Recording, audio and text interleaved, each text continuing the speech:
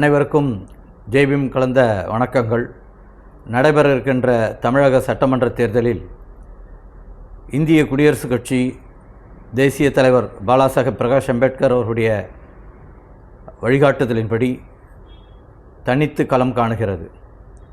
பலர் ஒடுக்கப்பட்ட மக்களின் மீது அக்கறை கொண்டவர்களாக காட்டிக்கொள்ளுகின்ற இன்னும் பலர் எங்களிடத்தில் கேட்டபோது, ஏன் நீங்கள் ஏதாவது ஒரு கட்சிக்கு ஆதரவு தெரிவிக்கக்கூடாது, அதிமுக கூட்டணியில் சேரலாமே, திராவிட முன்னேற்றக் கழக கூட்டணியில் சேரலாமே என்றெல்லாம் ஆலோசனைகளை சொன்னார்கள்.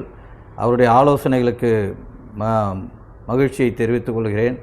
ஆனால் இந்திய குடியரசுக் கட்சி ஏன் தனித்து களம் காணுகிறது என்பதற்கு நான் உங்களிடத்திலே என்னுடைய பணிவான விளக்கத்தை பகிர்ந்து கொள்ள விரும்புகிறேன். அதிமுக ஏற்கனவே பாஜகவோடு கைகோர்த்து இருக்கிறது.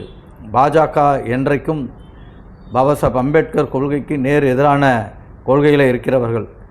எனவே அவர்களோடு கூட்டு சேர முடியாது. கடந்த காலங்களிலே அண்ணா திராவிட முன்னேற்றக் கழகத்தோடு நம்முடைய தலைவர்கள் 20-25 ஆண்டு காலமாக அந்த கட்சியோடு கூட்டணி வைத்ததன் பலன் இன்றைக்கு இந்திய குடியரசுக் கட்சி வெறும் அடுத்தவனுக்கு கொடி பிடிக்கிற கட்சியாகவே மாறிப்போனது.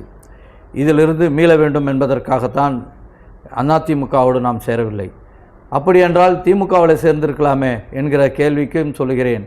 கடந்த 5 ஆண்டு கால திராவிட முன்னேற்றக் கழக ஆட்சியிலே ஒடுக்கப்பட்ட மக்கள் மீது தொடுக்கப்பட்ட வன்முறை வெறியாட்டங்கள், குறிப்பாக புதுக்கோட்டை மாவட்டம் வேங்கவேலிலே குடிக்கிற நீரில் ஒடுக்கப்பட்ட சமூகத்தின் மக்கள், தாழ்த்தப்பட்ட மக்கள் குடிக்கிற நீரில் மலத்தை கலந்த அநியாயம், கொடுமை நடந்தேறியது.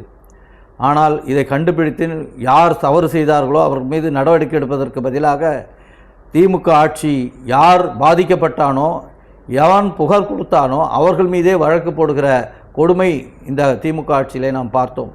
அது மாத்திரமில்லை, SC/ST மக்களுக்காக ஒதுக்கப்படுகிற நிதி, ஒவ்வொரு ஆண்டும் பட்ஜெட்டில் ஒதுக்கப்படுகிற நிதி முறையாக அந்த மக்களுக்கு செலவிடப்படுகிறதா என்கிற கேள்விக்கு இன்று வரை திமுக கட்சியுடன் கூட்டணி வைத்திருக்கிறவர்களிடத்திலும் சரி, தமிழக அரசுக்கும் சரி, எந்த விதமான முறையான பதில் கிடையாது.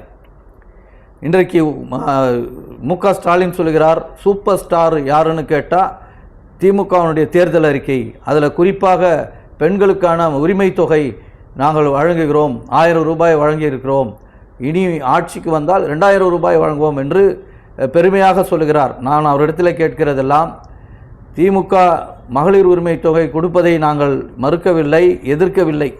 ஆனால் எங்கிருந்து அந்த பணத்தை எடுத்து கொடுக்கிறீர்கள் என்கிற கேள்விக்கு இன்று வரை பதில் இல்லை. தாழ்த்தப்பட்ட மக்களுக்காக ஒதுக்கப்பட்ட நிதி, அந்த மக்களுடைய மேம்பாட்டிற்காக ஒதுக்கப்பட்ட நிதி, அந்த நிதியை அவர்களுக்கு மட்டுமே செலவு செய்ய வேண்டும் என்பதுதான் சட்டம். ஆனால் அந்த மகளிர் உரிமை தொகைக்காக SC/ST சிறப்பு உட்கூறு திட்ட நிதியிலிருந்து சுமார் 7000 கோடி திருடப்பட்டது. இது இந்திய குடியரசுக் கட்சி வழக்கு போட்டு நியாயம் கேட்டால் இன்று வரைக்கும் அதற்கு சரியான பதில் வழங்கப்படவில்லை. அதற்கு அவர் கூட்டணியில் இருக்கிற VCK உள்ளிட்ட பல கட்சிகள் ஏதேதோ சால்ஜாப்புகள்லாம் சொல்லுகிறார்கள். திட்டம் என்றால் SCP என்பது ஒரு தனி திட்டம் அல்ல என்றெல்லாம் சொல்லுகிறார்கள். ஆனால் சட்டம் என்ன சொல்லுகிறது என்று சொன்னால், சிறப்பு உட்கூறு திட்டம் என்பது ஒடுக்கப்பட்ட மக்களுடைய மேம்பாட்டிற்காகவும் அவருடைய வளர்ச்சிக்காகவும் மட்டும்தான் செலவு செய்ய வேண்டும். அதற்கு சிறப்பு என்கிற வார்த்தையை சிறப்பு திட்டங்கள் மூலமாக செயல்படுத்த வேண்டும் என்பதுதான். ஆனால் இப்படி நடந்து கொண்டிருக்கிறது. தாட்கோவிலே லட்சக்கணக்கான இளைஞர்கள் தொழில் தொடங்குவதற்கு கடன் கேட்டு விண்ணப்பித்திருந்தும் இன்று வரைக்கும் அவர்களுக்கு கடன் முறையாக வழங்கப்படவில்லை. அதை தாண்டி SC/ST பணியாளர்களை பதவி உயர்வுகளை இடஒதுக்கீடு வேண்டும் என்று தொடர்ச்சியாக போராட்டம் நடத்தினார்கள். அவர்கள் வாக்குறுதி கொடுத்தார், திமுக ஆட்சியிலே நாங்கள் கட்டாயம் இதை செய்கிறோம் என்று சொன்னார்கள். ஆனால் ஆட்சி முடிந்த 5 ஆண்டு காலம் கடந்த பின்னாலும் இன்று வரைக்கும் அவர் செய்யவே இல்லை, செய்ய மறுத்திருக்கிறார். அதை தாண்டி 2012ஆம் ஆண்டு SC/ST பின்னடைவு காலி பணியிடங்கள் நிரப்ப வேண்டும் என்று சென்னை உயர்நீதிமன்றத்தில் வழக்கு தொடுக்கப்பட்டு நீதிமன்ற ஆணை பெறப்பட்டது. அந்த நீதிமன்ற ஆணைப்படி கடந்த அதிமுக ஆட்சியிலே அதை நடைமுறைப்படுத்தியிருக்க வேண்டும். ஆனால் ஜெயலலிதா உயிரோடு இருக்கிற வரை அதை நடைமுறைப்படுத்தவில்லை. அதன் பிறகு வந்த எடப்பாடி பழனிசாமியும் ஓ பன்னீர்செல்வமும் அதை பற்றி சிந்திக்கவே இல்லை. அந்த நேரத்தில் மு.க.ஸ்டாலின் அவர்கள் தேர்தல் அறிக்கையிலே சொன்னார், கடந்த தேர்தல் அறிக்கையில் நாங்கள் ஆட்சிக்கு வந்தால் பின்னடைவு காலி பணியிடங்களை நிரப்புவோம் என்று சொன்னார். இன்று வரைக்கும் அதற்கான அறிவிப்பு வெறும் அரசாணையாக மட்டும்தான் இருக்கிறதே தவிர இதுவரைக்கும் நிறைவேற்றப்படவில்லை. இப்படி தொடர்ச்சியாக அதை தாண்டி மிக கொடுமையான விஷயம் என்னவென்று சொன்னால், பகுஜன் சமாஜ் கட்சியுடைய தலைவராக இருந்த தமிழ்நாட்டு தலைவராக இருந்த ஆம்ஸ்ட்ராங் அவர்கள் பட்டப்பகலிலே படுகொலை செய்யப்பட்டார்.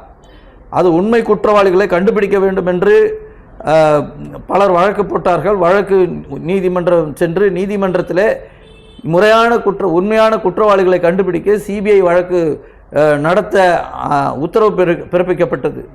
நான் திமுக ஆட்சியாளரிடத்தில் கேட்கிறோம், அல்லது திமுகவிற்காக ஆதரவு தெரிவிக்கிறவர்களையும் நான் கேட்கிறோம்.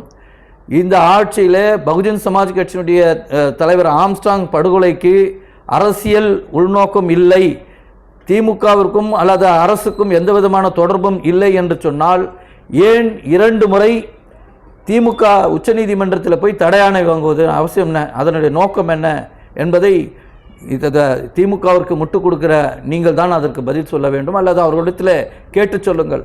இப்படி தொடர்ச்சியாக யார் பாதிக்கப்படுகிறார்களோ, யார் ஒடுக்கப்படுகிறார்களோ அவர்கள் மீதே காவல்துறையை வைத்து வழக்கு போடுவது, பொய் வழக்கு புனைவது, அவர்கள் மீது அத்துமீறி போலீஸ் தடியடி நடத்துவது என்பது நடைமுறையாகிவிட்டது திராவிட முன்னேற்ற ஆட்சியிலே. இவர்கள் சொன்னார், திமுக ஆட்சிக்கு வந்தால் துப்புரவு பணியாளர்களை பணி நிரந்தரம் செய்வோம் என்று வாக்குறுதி கொடுத்தார், எழுத்துப்பூர்வமாக வாக்குறுதி கொடுத்தார். ஆனால் இன்றைக்கு துப்புரவு பணியாளர்கள் போராட்டம் நடத்தினால் அவர்களை தடியடி நடத்தி சிறைக்கு செல்லுகின்ற அவலத்தை நாம் பார்த்திருக்கிறோம். இன்று வரை தன்னுடைய தேர்தல் அறிக்கையில் கூட அந்த பணி நிரந்தரத்தை பற்றி பேசவே இல்லை. அத்தியாவசிய பணிகளில் அனைவரையும் நிரந்தரமாக்க வேண்டும் என்பதுதான் வெள்ளைக்காரர்கள் போட்ட காலத்திலிருந்து சட்டம் இருந்தது. அந்த சட்டத்தையே இன்றைக்கு எல்லாவற்றையும் மூடிவிட்டு குழி தோண்டி புதைத்து விட்டு இன்றைக்கு அத்தனையும் தனியாருக்கு தாரை வார்த்து விட்டார்கள். இப்படி தனியாருக்கு தாரை வார்த்ததனுடைய மூலமாக பாபா சாஹேப் அம்பேத்கர் பெற்றுத்தந்த இடஒதுக்கீட்டு உரிமை இன்றைக்கு பறிபோயிருக்கிறது. அரசு துறைகள் எல்லாம் விற்பனையாகிவிட்டது. எல்லா துறைகளும் தனியாருக்கு தாரை வார்த்து விட்டால் இடஒதுக்கீடு என்பது எங்கே இருக்கும்? எப்படி அதை நடைமுறைப்படுத்த முடியும்? இது எஸ்சி எஸ்டிக்கான இடஒதுக்கீடு மட்டுமல்ல, மிகவும் பிற்படுத்தப்பட்ட மக்களுடைய இடஒதுக்கீடும் இன்றைக்கு பறிபோயிருக்கிறது என்பதை அவர்கள் உணரவில்லை. ஆகவே தான் சொல்லுகிறோம், இவர்களுக்கும் திராவிட முன்னேற்ற கழக ஆட்சிக்கும் பாஜக ஆட்சிக்கும் ஒரு வித்தியாசமும் இல்லை. அவர்கள் நேரடியாக சொல்லுகிறார்கள், இவர்கள் மறைமுகமாக நடைமுறைப்படுத்துகிறார்கள் என்பதுதான் இந்திய குடியரசுக் கட்சியுடைய பார்வை, அதனுடைய நிலைப்பாடு. அதனாலே தான் இந்த இழந்த உரிமைகளை, இருக்கின்ற உரிமைகளை பாதுகாப்பதற்கு 2 ஆட்சியாளர், மத்தியில் ஆண்டுகின்ற பாஜகவானாலும் சரி, மாநிலத்தை ஆண்டு கொண்டிருக்கிற திமுகவானாலும் சரி, இவர்கள் 2 பேருமே இந்த மக்களுக்கு துரோகம் செய்தவர்கள், துரோகம் இழைத்து கொண்டிருக்கிறார்கள். அவர்கள் சொன்னதையும் செய்யவில்லை, சொல்லாததையெல்லாம் செய்து கொண்டிருக்கிறார்கள் என்பதுதான் திமுக ஸ்டாலின் சொல்லுகிற உண்மையான விஷயம். நாங்கள் சொன்னதை செய்வோம், சொல்லாததையும் செய்வோம் என்று சொல்லுகிறார் அல்லவா? அவர் சொன்னதை எதையும் செய்யவில்லை, சொல்லாததை மட்டும்தான் செய்து கொண்டிருக்கிறார். அவர் எங்கேயும் வீடுகளை காலி செய்வோம், சென்னை நகர்ப்புற பகுதிகளில் நிலங்களை பிடுங்குவோம் என்று அவர் சொல்லவில்லை. ஆனால் அவர் ஆட்சிக்கு வந்த பின்னால் பரந்தூர் விமான நிலையம் முதல் 8 வழிச்சாலை உள்ளிட்ட அத்தனை நிலங்களுக்கும் இன்றைக்கு திட்டம் போட்டு பறித்து கொண்டிருக்கிற அவலம் தொடர்ந்து கொண்டு இருக்கிறது. எஸ்சி எஸ்டி மக்களுடைய நிதி திருடப்படுகிறது. பஞ்சமி நிலங்களை மீட்டு தருகிறோம் என்று சொன்னார்கள். ஆனால் அந்த பஞ்சமி நிலங்களை பற்றி ஒருவரும் பேசவே காணும். ஆனால் இதையெல்லாம் பேசாமல் இந்து சமய அறநிலையத்துறையை நாங்கள் நிலங்களை இத்தனை கோடி ரூபாய் மதிப்புள்ள நிலங்களை மீட்டிருக்கிறோம் என்று பெருமையாக பேசிக் கொண்டிருக்கிறார். இந்து சமய அறநிலையத்துறை உங்களுக்கு ஆட்சியில் உட்காருவதற்கு அதிகாரம் வழங்கவில்லை. பெரும்பான்மை சமூகமாக இருக்கிற ஒடுக்கப்பட்ட மக்களும் பிற்படுத்தப்பட்ட மக்களும் சிறுபான்மை மக்களும் வாக்களித்ததன் அடிப்படையில் தான் இந்த ஆட்சி இருக்கிறது. நீங்கள் மீண்டும் மீண்டும் தேர்தல் காலங்களிலே பொய்யான வாக்குறுதிகளை கொடுத்து ஓட்டு வாங்கிவிட்ட பின்னால் ஆட்சியில் அமர்ந்துவிட்டு இந்த மக்களை ஒடுக்குகிற, வஞ்சிக்கிற செயலை தொடர்ந்து திமுகவும் அதிமுகவும் மத்தியில் ஆண்டு கொண்டிருக்கிற பாஜகவும் காங்கிரசும் இப்படித்தான் செய்து கொண்டிருக்கிறார்கள். ஆகவே இந்த தேர்தலில் ஒடுக்கப்பட்ட பிற்படுத்தப்பட்ட சிறுபான்மையின மக்களை ஒன்றுபடுத்தி இந்திய குடியரசுக் கட்சி பாபா சாஹேப் அம்பேத்கர் கண்ட கனவை நனவாக்க தனித்து களம் காணுகிறது. ஒடுக்கப்பட்ட பிற்படுத்தப்பட்ட மக்களுடைய இடஒதுக்கீட்டு உரிமையை, வேலைவாய்ப்பை, அரசுடைய பணி நிரந்தரம், பதவி உயர்வு உள்ளிட்ட அத்தனை பிரச்சனைகளுக்கும் குடியரசுக் கட்சி தனித்து போராடி கொண்டு இருக்கிறது. அதற்கு தீர்வு காண வேண்டும் என்பதற்காக, தன்னுடைய பலத்தை நிரூபிக்க வேண்டும் என்பதற்காக தேசிய தலைவர் பிரகாஷ் அம்பேத்கருடைய வழிகாட்டுதலின்படி இந்திய குடியரசுக் கட்சி தனித்து களம் காண்டு கொண்டிருக்கிறது. திருத்தணி சட்டமன்ற தேர்தலில் போட்டியிடுகின்ற சகோதரர் எஸ். சேட் அவர்களுக்கு சிலிண்டர் சின்னத்திலே வாக்களித்து வெற்றி பெறச் செய்யுமாறு உங்களை பணிவன்போடு கேட்டு